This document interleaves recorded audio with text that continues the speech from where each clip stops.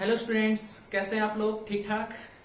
तो आज हम शुरू करने जा रहे हैं हमारी काइनेमेटिक्स का लेक्चर नंबर 2। इससे पहले वाले लेक्चर में हमने पढ़ा था कि रेस्ट ऑफ मोशन क्या होता है और डिस्टेंस और डिस्प्लेसमेंट क्या होता है। और इस लेक्चर में हम पढ़ेंगे कि स्पीड और वेलोसिटी क्या होती है। लेकिन उससे पहले ये बता दें कि स्पीड और वेलोसिटी को समझने के लिए तुम्हें डिस्टेंस डिस्प्लेसमेंट आना चाहिए, यानी इससे पहले वाला वीडियो देखा हुआ होना चाहिए। और एक डिफरेंशिएशन का वीडियो बनाया था, सेकंड वीडियो है मैथमेटिकल टूल्स चैप्टर 0 का लेक्चर नंबर 2। उसमें डिफरेंशिएशन के बारे में बताया था, वो मालूम होना चाहिए, क्योंकि बिना उसके जो है स्पीड और वेलोसिटी नहीं समझ में आएगा। तो जिन्होंने नहीं देखा है, ठीक है, वो देख लें, अभी भी यूट्यूब पे है, कहीं भागा नहीं है, ठीक। और उसको देखने के बाद ही ये वीडियो देखें, ठीक। तो मान लेते हैं तुम लोगों ने देख ही लिया होगा, ठीक। तो शुरू करते हैं, ठीक। तो थोड़ा सा क्वेश्चन पूछ लेते हैं पहले, ठीक है, कि देखते भी हैं कि डिस्टेंस और डिस्प्लेसमेंट का तुम्हारा कंसेप्ट कितना जो है स्ट्रांग हुआ है। उसके लिए कुछ क्वेश्चंस हैं, चलो आंसर देने की कोशिश करना, ठीक है। जरा हमको ये बताओ, अगर कोई ऑब्जेक्ट मूव कर रहा है, ठीक, कोई ऑब्जेक्ट मूव कर रहा है, तो क्या उसकी डिस्टेंस 0 हो सकती है या डिस्प्लेसमेंट 0 हो सकता है कि नहीं हो सकता है? इन दोनों में से कोई एक चीज या दोनों चीजें या कोई नहीं, 0। कौन इसमें 0 हो सकता है? क्या डिस्टेंस किसी चलती हुई ऑब्जेक्ट की, जो ऑब्जेक्ट मोशन में है, उसका 0 हो सकता है या डिस्प्लेसमेंट 0 हो सकता है कि नहीं? ठीक, तो आंसर तो हमें ही बताना पड़ेगा, ठीक है, क्योंकि अब मालूम नहीं तुमने क्या बताया, ठीक।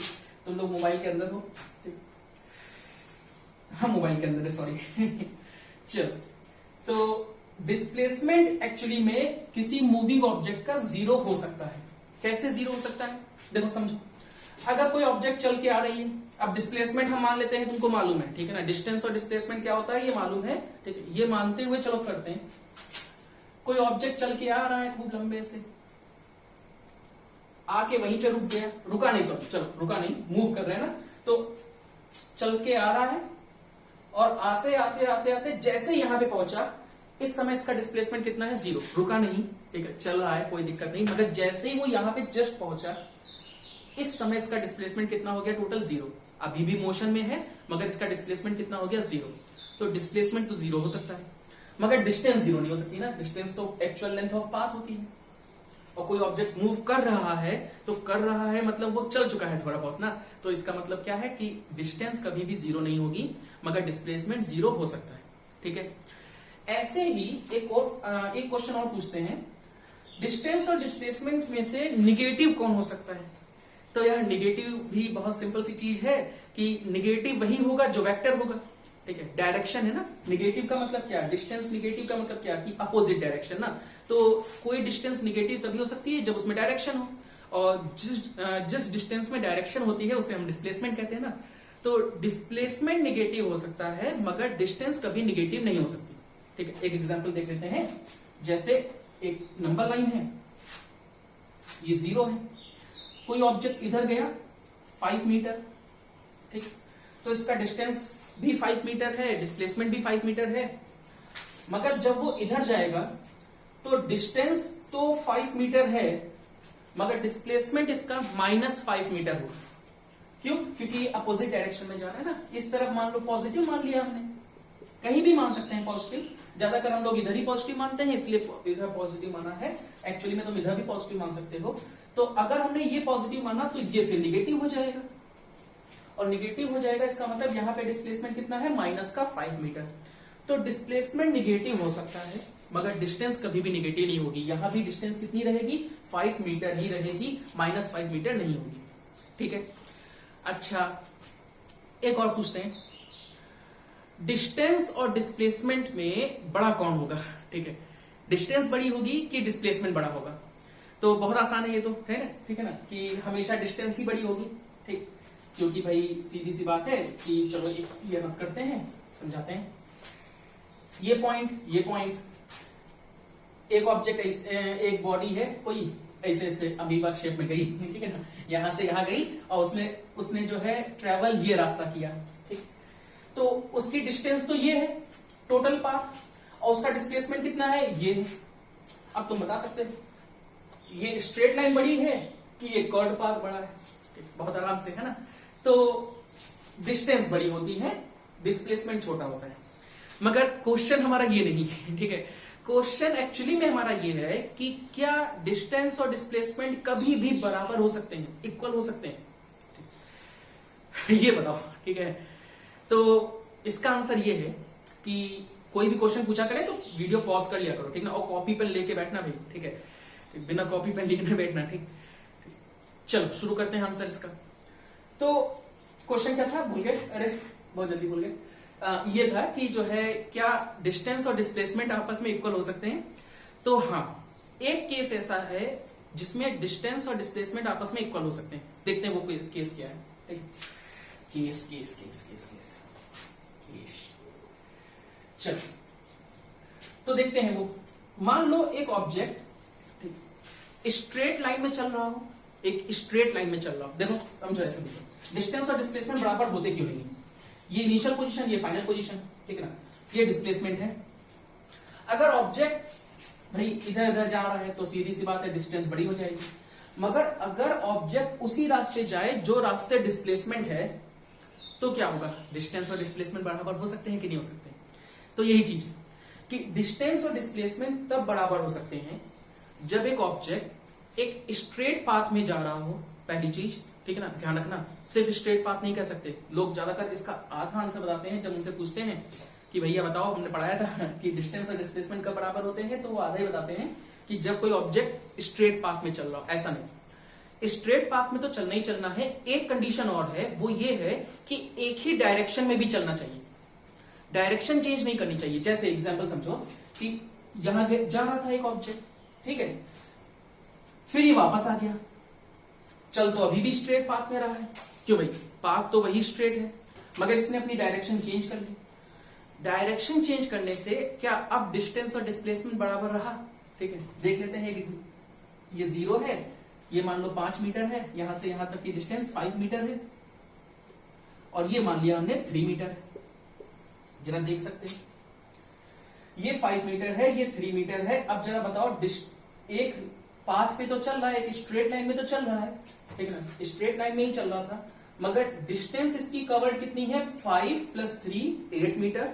मगर डिस्प्लेसमेंट इसका कितना है? इनिशियल और फाइनल के बीच में सबसे छोटी डिस्टेंस 2 मीटर। तो डिस्टेंस और डिस्प्लेसमेंट बराबर नहीं है। तो डिस्टेंस और डिस्प्लेसमेंट बराबर कब होते हैं? ध्यान रखना, जब होंगे जब ऑब्जेक्ट एक स्ट्रेट लाइन में चल रहा हो, और दूसरी चीज कि वो अपनी डायरेक्शन भी चेंज नहीं करेगा, क्योंकि डायरेक्शन चेंज कर देगा तो डिस्टेंस बड़ी हो जाएगी और डिस्प्लेसमेंट कम हो जाएगा।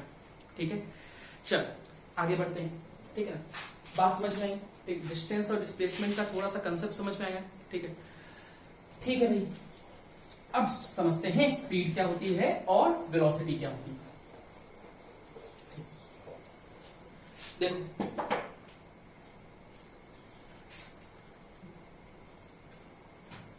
एक एग्जाम्पल से समझते हैं। देखो, आखिर स्पीड और वेलोसिटी बनाई क्यों गई?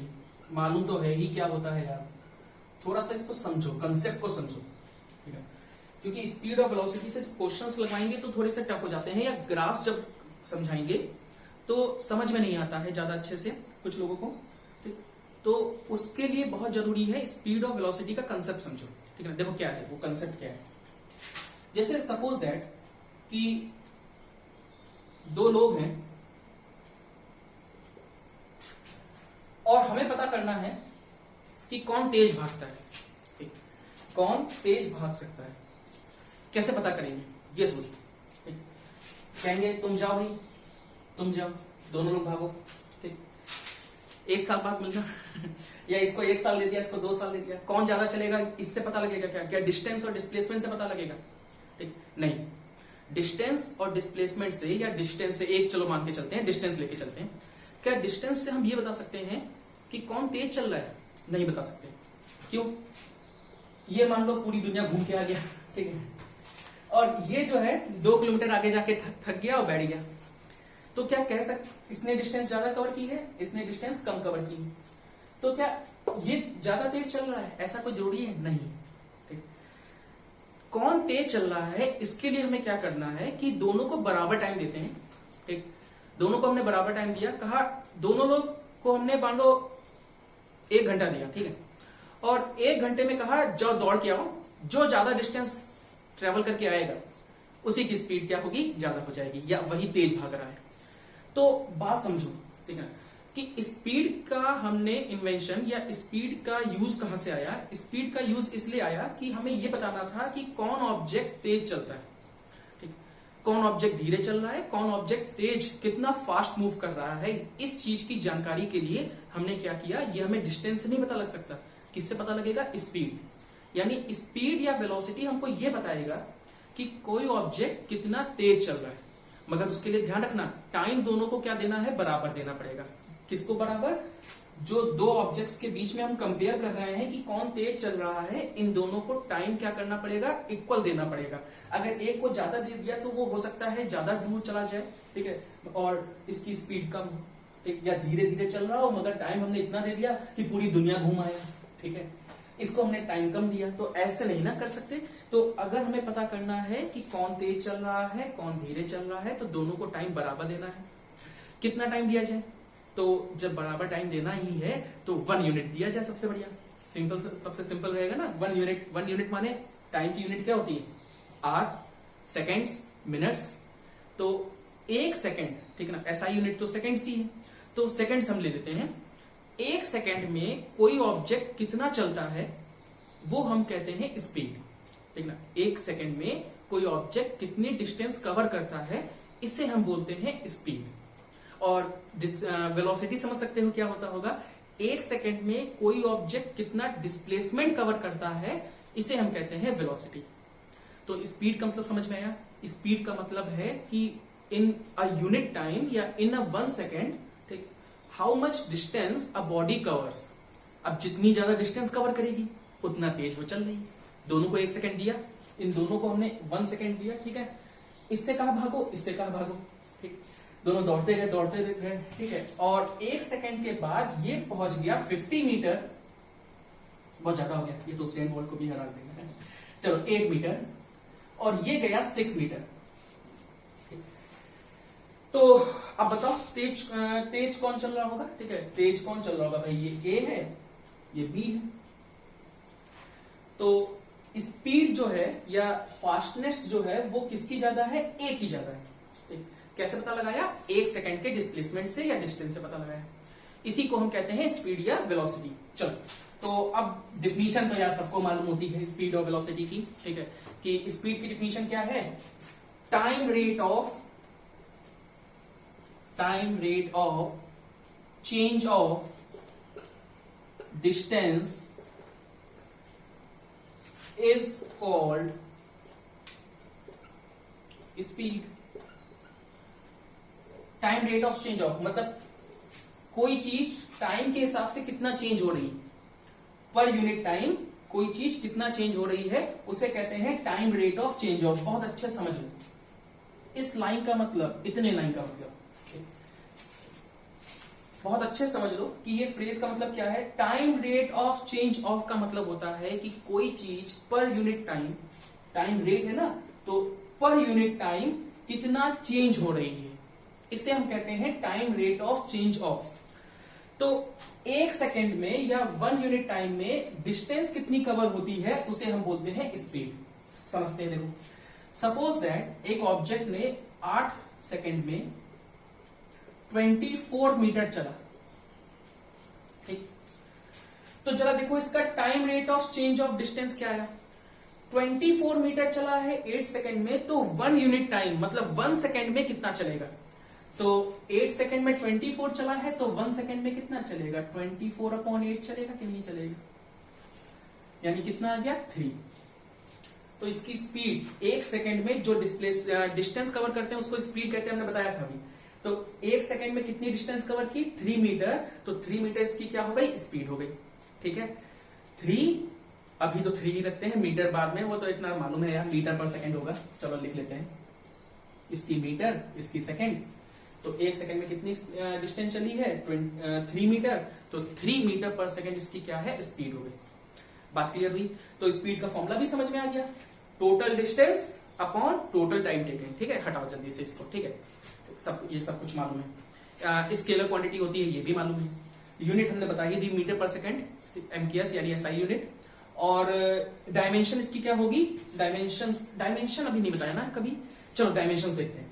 देखो अभी के लिए, ठीक है, हमने देखो जीरो के बाद फर्स्ट यूनिट आता है, वो अभी नहीं पढ़ाया है, ठीक है, क्योंकि उसमें जितनी भी चीजें हैं वो धीरे धीरे आगे के चैप्टर्स में क्लियर होती चली जाएगी, ठीक है। तो वही चलो एक चीज क्लियर करते हैं, डायमेंशंस क्या है, ठीक है। तो अभी के लिए समझो केजी, मीटर और सेकेंड, ये कुछ यूनिट्स हैं, ठीक है। केजी की जो डायमेंशन होती है वो होती है मास। जो मीटर है इसकी डायमेंशन होती है लेंथ, एल से लिखते हैं, ठीक है, और ब्रैकेट्स में, बिग ब्रैकेट्स में। सेकेंड, ये किसकी यूनिट है, टाइम की, तो इसके लिए जो डायमेंशन आती है वो किसकी डायमेंशन आती है, टाइम की डायमेंशन, यानी केजी की डायमेंशन, केजी यानी किलोग्राम की डायमेंशन मास। मीटर, ये मीटर है, इसको मत मास समझ लेना, मीटर की डायमेंशन, मीटर किसकी यूनिट है, लेंथ की, तो इसकी डायमेंशन एल। सेकेंड किसकी यूनिट है, टाइम की यूनिट है, तो इसकी डायमेंशन टी। क्लियर। अब जरा देखो, ये देखो स्पीड जो है वो मीटर पर सेकेंड है, इसको हम ms की पावर -1 लिख सकते हैं ना।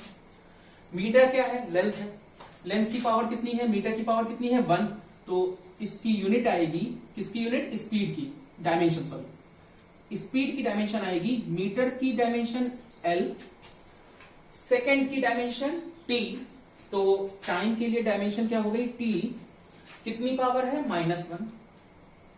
यार देखो देखने से बहुत आसान लगेगा, ये देखो मीटर पर सेकेंड ही तो लिखा है यार, मीटर लेंथ, टाइम सेकेंड्स, तो मीटर पर सेकेंड। क्लियर है बात, ठीक है। अच्छा, अगर अब हमको वेलोसिटी समझना है तो वेलोसिटी भी बहुत आसान होगा, time rate of change of displacement को हम कह देंगे वेलोसिटी। थोड़ी हड़बड़ाहट होगी, ठीक है ना, शायद आज अभी भी तबीयत खराब है थोड़ी सी, हल्की सी, बट ठीक है।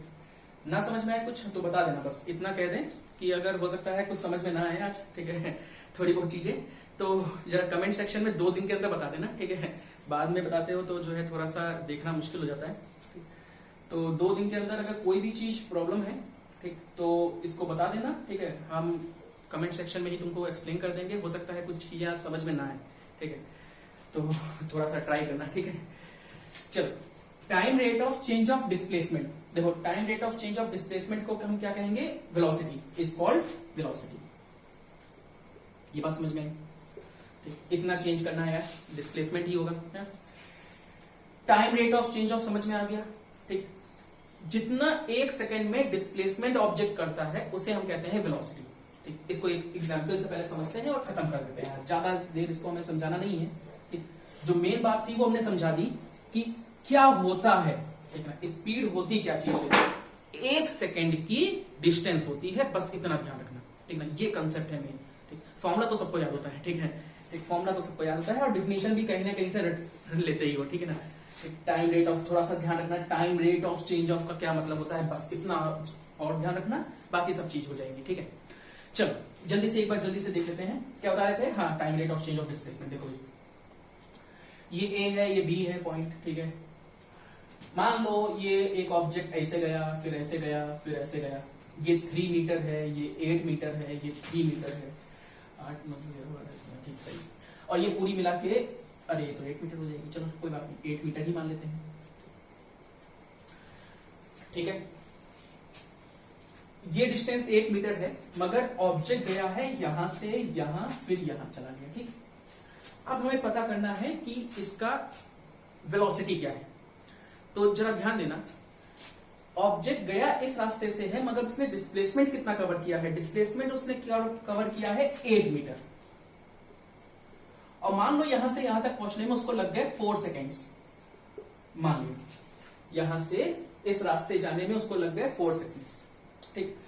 तो 4 सेकेंड्स में उसका डिस्प्लेसमेंट कितना हुआ, 4 सेकेंड्स में उसका डिस्प्लेसमेंट 8 मीटर हुआ है, 8 मीटर ना, ये तीनों को ऐड तो नहीं कर दिया, वो तो डिस्टेंस है, ठीक है। तो 4 सेकेंड्स में जो डिस्प्लेसमेंट हुआ है बॉडी का वो 8 मीटर हुआ है, तो 1 सेकेंड का डिस्प्लेसमेंट कितना हो जाएगा? 2 मीटर हो जाएगा। तो इसका मतलब है कि इसकी जो वेलोसिटी आएगी वो 2 मीटर पर सेकेंड आएगी। या इसको हम ऐसे नहीं लिखेंगे, अब हम 11th में इस तरीके से ही लिखेंगे, -1 पावर। ठीक है, ये तो सिंपल सी चीज है, एक मैथ्स है।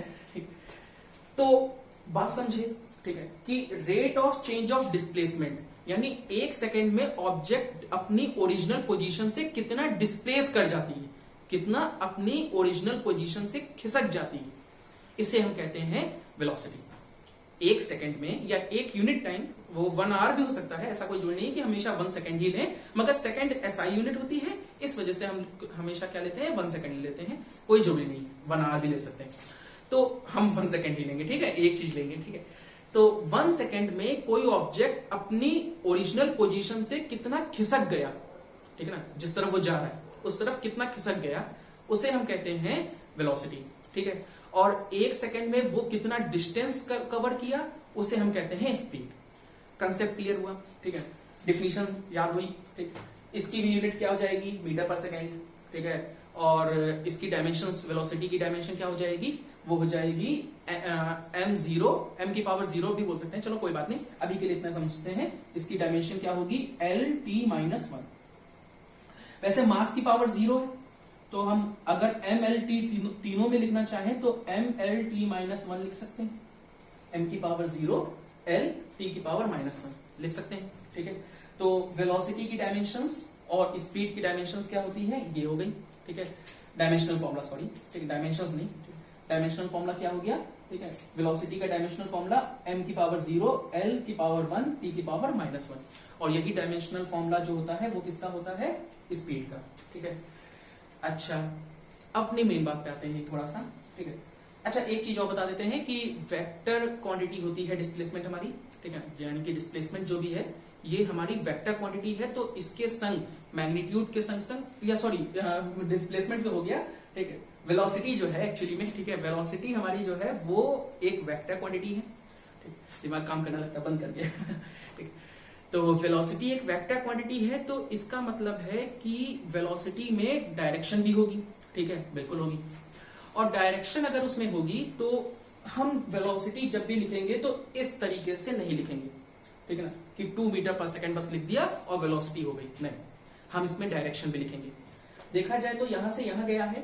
ठीक है, अगर हम मैप बनाते हैं तो उसमें क्या करते हैं? मैप में हम लोग इस तरफ क्या लेते हैं? ईस्ट लेते हैं, इस तरफ वेस्ट लेते हैं, नॉर्थ ऊपर, साउथ नीचे। ठीक, तो किस तरफ मूव किया है? ईस्ट की तरफ मूव किया है, तो हम लोग लिखेंगे 2 मीटर पर सेकेंड टूवर्ड्स ईस्ट। बात समझ में? डायरेक्शन भी लिखनी जरूरी, क्योंकि वेलोसिटी क्या है? एक वेक्टर क्वांटिटी है, तो सिर्फ मैग्नीट्यूड से काम नहीं चलेगा, इसकी एक डायरेक्शन भी होगी और वो भी हमें मेंशन करनी पड़ेगी। ठीक है, अब देखो, ठीक, अब बात करते हैं वेलोसिटीज कितने टाइप्स की होती है और स्पीड कितने टाइप्स की होती है। तो दोनों ही 4 टाइप्स की होती हैं। ठीक है, देखो समझते हैं कि करके।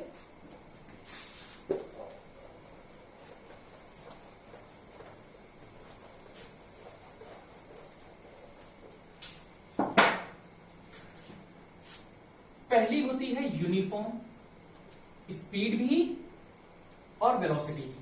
ठीक है ना, स्पीड भी होती है और वेलोसिटी भी होती है, यूनिफॉर्म। दूसरी होती है नॉन यूनिफॉर्म। तीसरी होती है एवरेज, और चौथी है इंस्टेंटेनियस। चलो एक एक करके समझते हैं। ठीक है, पहले शुरू करते हैं यूनिफॉर्म स्पीड से। ठीक, तो देखो, यूनिफॉर्म का मतलब है कांस्टेंट। यूनिफॉर्म का सिंपल सा मतलब है कांस्टेंट। कांस्टेंट मतलब जो कभी ना बदले। ठीक, कांस्टेंट का मतलब जो कभी भी चेंज ना हो। ठीक, तो स्पीड के ही कंसेप्ट से देखो यूनिफॉर्म स्पीड समझने जा रहे हैं क्या होता है। ठीक है, स्पीड का क्या मतलब था कि 1 सेकेंड में कोई ऑब्जेक्ट कितनी डिस्टेंस कवर करता है। ठीक है, उसे हम कहते हैं स्पीड। ठीक, अब कांस्टेंट स्पीड का क्या मतलब है? हर 1 सेकेंड में, कांस्टेंट स्पीड का मतलब जो स्पीड चेंज ना हो रही, मतलब अब वो हर 1 सेकेंड में क्या करेगा? बराबर डिस्टेंस कवर करेगा कि नहीं करेगा? स्पीड सेम है। स्पीड का मतलब होता है 1 सेकेंड की डिस्टेंस, और जब स्पीड बदलेगी ही नहीं मतलब वो हर 1 सेकेंड में क्या करेगा, बराबर डिस्टेंस कवर करेगा कि नहीं करेगा। ये बात समझ में आई। बस यही डिफिनीशन है यूनिफॉर्म स्पीड की, इसलिए कहा था स्पीड का कंसेप्ट थोड़ा सा ध्यान रखना, ठीक है ना।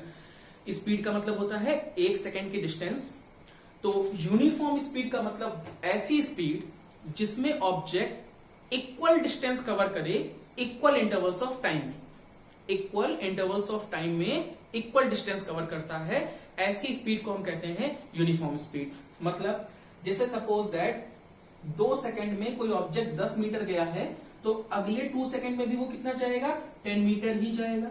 नेक्स्ट 2 सेकेंड्स में भी वो कितना कवर करेगा, 10 मीटर कवर करेगा। तो ऐसी स्पीड को हम बोलेंगे यूनिफॉर्म स्पीड। क्लियर है बात, ठीक। तो यूनिफॉर्म स्पीड की डेफिनेशन क्या हुई, ठीक है। An object is said to be in uniform speed, an object is said to be in uniform speed if it covers equal distances in equal intervals of time, ठीक है।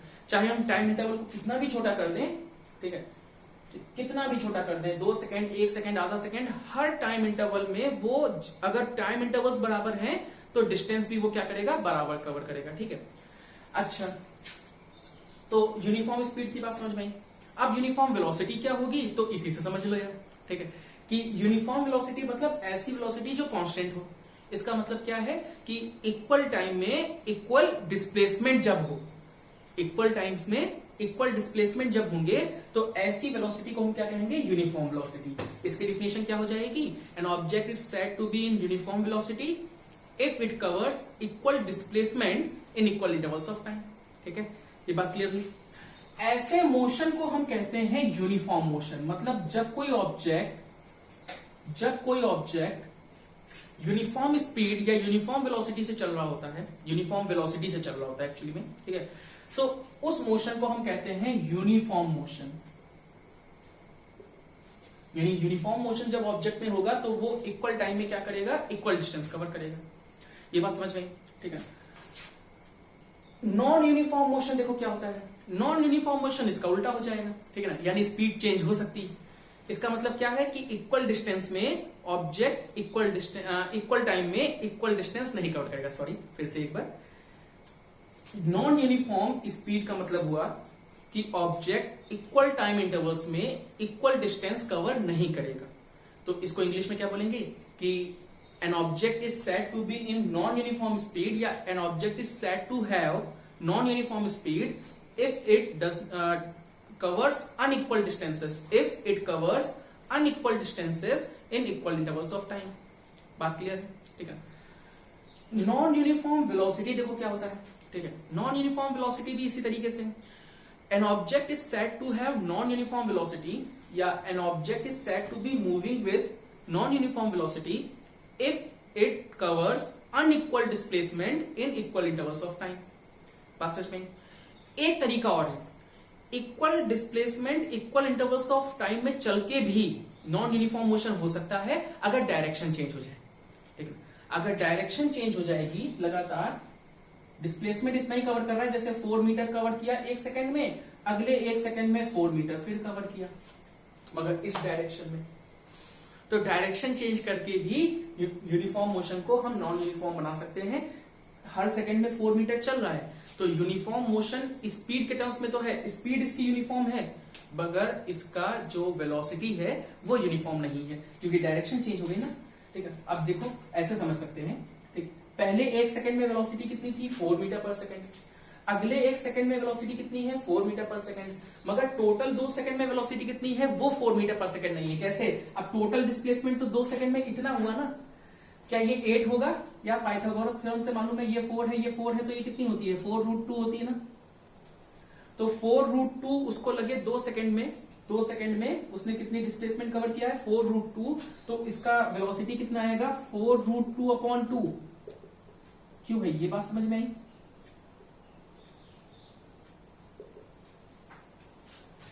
तो 2 second की velocity तो ये आ रही है, तो वेलोसिटी चेंज हो गई, ठीक है ना। तो डायरेक्शन चेंज करके भी वेलोसिटी चेंज की जा सकती है। तो नॉन यूनिफॉर्म मोशन में, ठीक है, 2 टाइप की वेलोसिटीज आ जाएंगी, या तो डायरेक्शन चेंज कर रही हो वेलोसिटी अपना, या अपनी मैग्नीट्यूड चेंज कर रही हो, ठीक है ना, यानी इक्वल टाइम में अनइक्वल डिस्टेंस चल रही हो या इक्वल भी चल सकती है मगर अपनी डायरेक्शन चेंज कर लें। तो ये बात क्लियर हुई, ठीक है ना। मेन हमारे लिए ये दोनों नहीं है, इसलिए थोड़ा सा जल्दी से पढ़ा दिया है। मेन हमारे लिए है एवरेज स्पीड क्या होती है और इंस्टेंटेनियस स्पीड क्या होती है, और एवरेज वेलोसिटी और इंस्टेंटेनियस वेलोसिटी। देखो ये समझते हैं, ठीक है। मेन हमारे लिए ये है यार, इसको ज्यादा इंपॉर्टेंट नहीं है इसलिए थोड़ा सा हमने छोड़ दिया। मालूम भी है यार यूनिफॉर्म और नॉन यूनिफॉर्म मोशन क्या होता है, यूनिफॉर्म और नॉन यूनिफॉर्म स्पीड क्या होती है। चलो एवरेज देखते हैं, ठीक है ना। एवरेज स्पीड या एवरेज वेलोसिटी क्या होती है। देखो एवरेज स्पीड का मतलब होता है कि एक ऐसी स्पीड, बहुत ध्यान समझना, थोड़ा सा कठिन डिफिनेशन है, ठीक है ना। देखो पहले समझाते हैं, थोड़ा सा हल्का सा समझाते हैं, फिर इसकी डिफिनेशन बताते हैं, ठीक है। जैसे यार अब एक बात समझते हैं कि एक ट्रेन है वो स्टार्ट होती है, ठीक है। तुम जैसे सपोज दैट यहाँ लखीमपुर से सीतापुर जाओ, ठीक है, लॉकडाउन के बाद, ठीक है। तो अगर लखीमपुर से सीतापुर गए हो तो ट्रेन में बैठ के चलो गए मान लो, ठीक है। तो ट्रेन में जब बैठ के गए हो तो ट्रेन ऐसा तो है नहीं कि लगातार एक ही स्पीड से चलती रहेगी, है ना। उसकी स्पीड कॉन्टिन्यूसली बदलेगी। भाई स्टेशन आएगा, स्टेशन से चलना शुरू किया तो उसकी स्पीड बढ़ रही होगी, ठीक है ना, बढ़ेगी। जब जंगल आएगा कहीं, ठीक है ना, बिल्कुल सुनसान होगा तो उसकी स्पीड बहुत तेज होगी, ठीक। स्टेशन जैसे ही अगला आने वाला होगा उसकी स्पीड धीरे धीरे कम हो जाएगी। हर सेकंड बदलेगी यार, हर मिली सेकंड में बदलेगी स्पीड। अब मान लो सीतापुर में तुम्हारी नानी रहती है, ठीक है।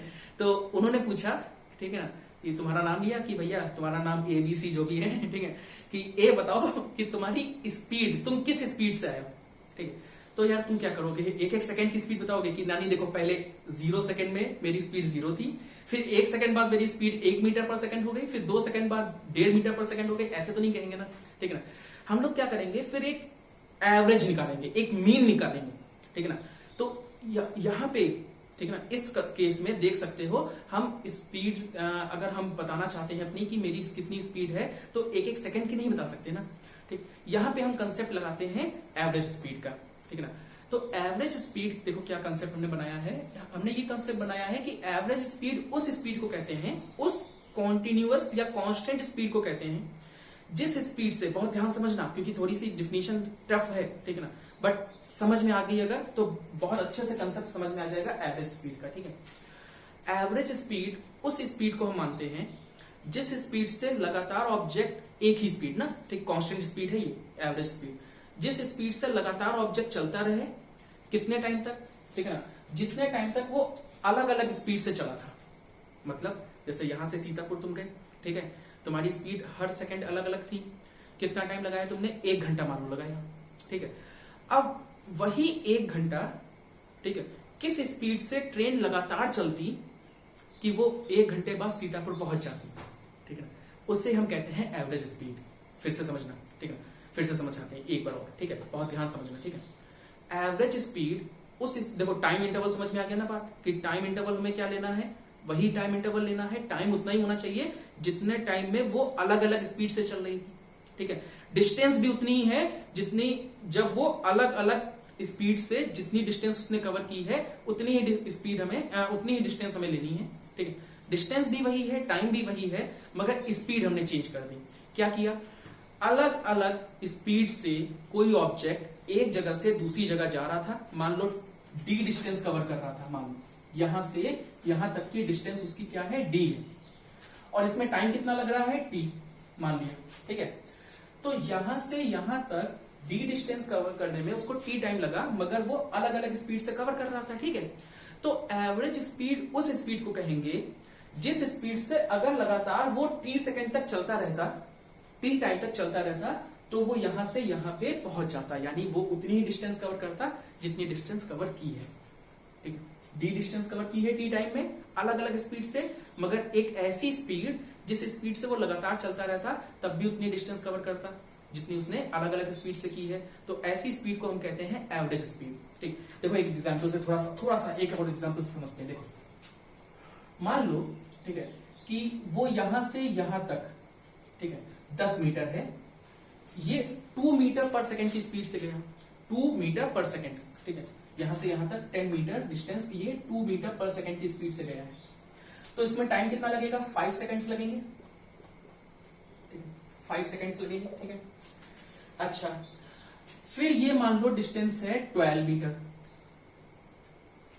ठीक, और इसमें उसने लगा दिया 6 सेकेंड्स या 6 सेकेंड्स, चलो 6 मीटर पर सेकेंड की स्पीड से चला, 6 मीटर पर सेकेंड की स्पीड से 12 मीटर चला है, तो इसमें कितना टाइम लगेगा? 2 सेकेंड लगेंगे, 2 सेकेंड्स लगेंगे, बात समझेंगे। तो टोटल डिस्टेंस इसने कितनी कवर की है, देखो ध्यान से, ठीक। अब इसको टोटल टाइम कितना लगा है? 7 सेकेंड्स, और टोटल डिस्टेंस इसने कितनी कवर की है? 22 मीटर, 22 मीटर डिस्टेंस कवर की है, और उसको कितना टाइम लगा है? 7 सेकेंड्स लगे, ठीक है। अगर ये ध्यान दो, अगर ये इस स्पीड से चल रहा होता, देखो ध्यान से, ठीक है, अगर ऑब्जेक्ट इस स्पीड से चल रहा होता 7 सेकेंड्स तक, कितना टाइम लगा? 7 सेकेंड्स, तब भी वो यहां से यहां पहुंच जाता कि नहीं पहुंच जाता? देखो जहां स्पीड ये है, टाइम 7 है, 7 से 7 गया, 22 मीटर कवर करता है, 22 मीटर है ये डिस्टेंस की नहीं? क्लियर हुई बात? इससे हम कहते हैं एवरेज स्पीड। ये हमारी क्या है? Average speed. कैसे निकाली देखो हमने, ठीक है, बहुत आसान है। हमने टोटल डिस्टेंस लिया, टोटल डिस्टेंस कितनी है? 22 मीटर, और टोटल हमने टाइम लिया और दोनों को डिवाइड कर दिया, बस खत्म। बराबर स्पीड दे दी सबको। लो भैया, इतना डिस्टेंस है और इतना टाइम है, सब लोग बराबर ले। डिवाइड का मतलब क्या होता है? बराबर बांटना ना, बस वही चीज, ठीक है। तो एवरेज स्पीड का मतलब होता है वो स्पीड जिस स्पीड से कोई ऑब्जेक्ट लगातार चलता रहता, तो सेम टाइम में सेम डिस्टेंस कवर करता, जितनी डिस्टेंस उसने कवर की होती अलग अलग स्पीड से। क्लियर है बात? ठीक। तो एवरेज स्पीड की डिफिनेशन है तो वो यार बुक में लिखी हुई है, ठीक है, उससे देख सकते हो, ठीक है, कोई नहीं तो बताने वाले नहीं है। The ratio of the total distance covered and the total time taken is called average speed, ठीक है। एवरेज वेलोसिटी क्या होगी? खुद समझ आया। एवरेज वेलोसिटी क्या होगी? वो वेलोसिटी जिस वेलोसिटी से कोई ऑब्जेक्ट कॉन्टिन्यूअसली चल रहा होता, ठीक है, तो उतना ही डिस्प्लेसमेंट कवर करता जितना डिस्प्लेसमेंट उसने अलग अलग वेलोसिटी से किसी टाइम में किया है। बात क्लियर है? इसका फॉर्मूला क्या हो जाएगा, या इसकी डिफिनेशन हो जाएगी the ratio of the change in displacement to the time taken, the ratio of the total displacement या चेंज इन डिस्प्लेसमेंट, जो भी कहें, the ratio of the change in displacement and the total time taken for this change, मतलब जितना time लगा है displacement को change होने में, वो टाइम को से डिवाइड कर देंगे और हमें क्या मिल जाएगा? एवरेज वेलोसिटी मिल जाएगा। क्लियर है? तो जरा देखते हैं एवरेज वेलोसिटी का फॉर्मूला फिर से एक बार, इंस्टेंटेनियस अभी समझेंगे, जल्दी से देखते हैं एवरेज वेलोसिटी का फॉर्मूला क्या होगा। जैसा सपोज दैट कोई टाइम है शुरुआत में t इक्वल टू 0, उस समय मान लो बॉडी की डिस्प्लेसमेंट है x is equal to x nought, ठीक, मान लो उस समय उसका डिस्प्लेसमेंट कितना है? x नॉट, और जब time t is equal to मान लो हो गया t, कोई टाइम हो गया t सेकेंड बाद, ठीक है ना, तो उसका डिस्प्लेसमेंट भी x हो गया मान लो, ठीक है ना। ये अपने मन से सिंबल्स हमने लिए हैं, कोई दिक्कत नहीं है।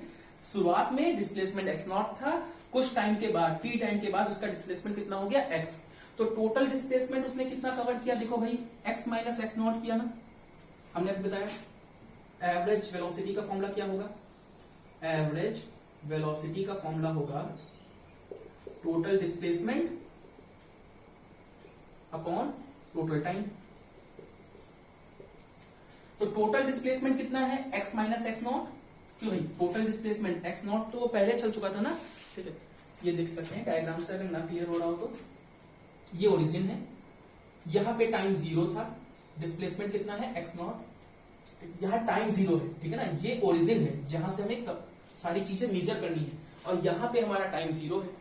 उस समय जब 0 टाइम था तो ऑब्जेक्ट यहां पे था, जब t टाइम हुआ तो ऑब्जेक्ट मान लो यहां पे पहुंच गया। तो बताओ भाई, कवर कितना किया है? x माइनस x नॉट, ये डिस्टेंस x है, ये डिस्टेंस x नॉट है, तो डिस्प्लेसमेंट कितना है? x minus x not upon t minus 0। इसको हम डेल्टा x बोल सकते हैं, या change in displacement delta x बोला जा सकता है, और चेंज इन टाइम वैसे t है, चेंज इन टाइम को हम क्या बोल सकते हैं? डेल्टा t बोल सकते हैं। तो यही फॉर्मूला हो गया एवरेज स्पीड का या एवरेज वेलोसिटी का, जिसको हम v बार से डिनोट करते हैं। Total change in displacement upon total time, और चेंज को हम कैसे लिखते हैं? डेल्टा से लिखते हैं, ये बता चुके हैं पहले ही, ठीक है ना। तो इसको हम बोलते हैं ठीक है ना, एवरेज स्पीड या एवरेज वेलोसिटी, ठीक है। अगर ये डिस्टेंस है तो एवरेज वेलोसिटी का फॉर्मूला है, अगर ये डिस्प्लेसमेंट है तो एवरेज सॉरी कुछ गलत तो नहीं बोल दिया, अगर ये डिस्टेंस है तो एवरेज स्पीड का फॉर्मूला है, और अगर ये डिस्प्लेसमेंट है तो एवरेज वेलोसिटी का फॉर्मूला है, ठीक है।